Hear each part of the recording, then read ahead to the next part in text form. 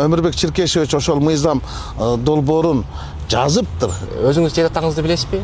5 атадан кийин үйлөнсө болот деген мыйзам менен бекитип койсок, бул кыргыздын каада салтына карама каршы келет. Аны мен эмес, ошол сиз мактаган, сиз жактаган модерн молда айткан деп бир жыландын башын кылтыйтып кетипчи да, мындайча айткандачы. Модерн молда деген максат ажынын оозунан чыккан, ошол эки бир туугандын баласы үйлөнсө мындай арам болбойт.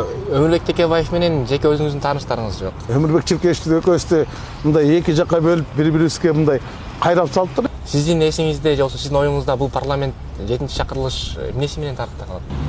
Парламенттин өзүн өзү таркатканы бул жосунсуз жорук. Муну орусча айтканда кидала дейт, кыргызча айтканда шарлатандык дейт.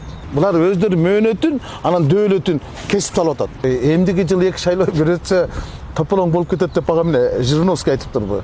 Же Ванга айтыптырбы? А эки шайлоону бириктирип өткөрүп койсо болбойбу?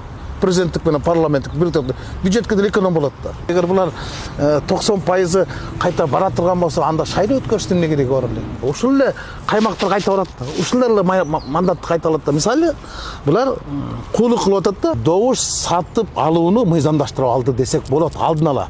1000 агитат. Бул мажоритардык эмес, мажордук шайлоо болуп атпайбы?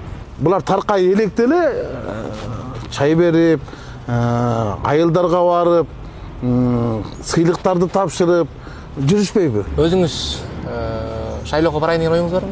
Саламатсыздарбы, урматтуу Супер КЖ порталынын көрөрмандары. Бүгүнкү биздин маектешибиз Жогорку Кеңештин 6-чакырылышынын депутаты, саясатчы Рыскелди Момбеков болмокчу.